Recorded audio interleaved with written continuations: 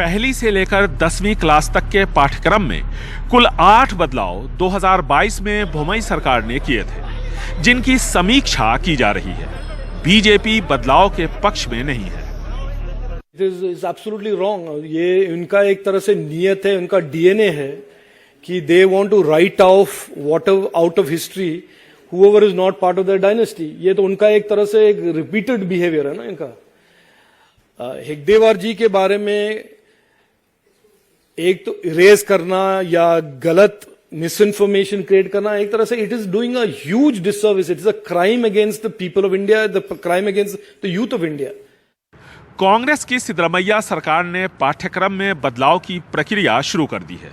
शिक्षा मंत्री मधु बंगारप्पा के मुताबिक सरकार इस साल के लिए छापी गई किताबें वापस नहीं लेगी, बल्कि किन चैप्टर्स को पढ़ाया जाए और किसे नहीं, इससे जुड़ी एक दिशा निर्देश पुस्तिका जारी करेगी। अगर नए चैप्टर्स जोड़े जाएंगे तो वो भी इसमें शामिल होगा। तकनीकी समिति पाठ्यक्रम की समीक्षा कर रही है। समिति की सिफारिश इस महीने कैबिनेट के सामने रखी जाएगी। कैबिनेट से मंजूरी मिलने के बाद ही दिशा निर्देश जारी किए जाएंगे।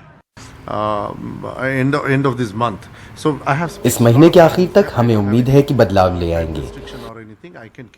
मैं बच्चों के हित में कर रहा हूँ। किस राजनीतिक दल ने क्या किया, क्या सोचा, वो मैं नहीं जानता।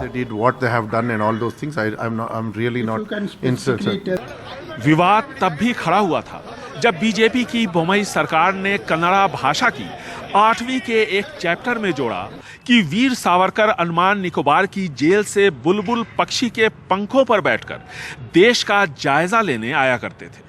विवाद आरएसएस के संस्थापक केशव बलिराम हेडगेवार के भाषण को एक अध्याय के तौर पर शामिल करने पर भी उठा। टीपू सुल्तान और समाज सुधारक पेरियार पर चैप्टर को लेकर भी विवाद हुआ। सरकारें बदलती हैं और इसके साथ ही बदल दिया जाता है स्कूल का पाठ्यक्रम।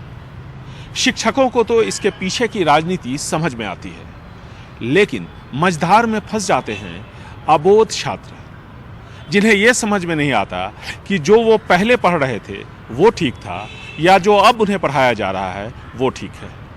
बेंगलुरु से कैमरामैन गोविंद मूर्ति के साथ निहाल किदवई, एनडीटीवी इंडिया।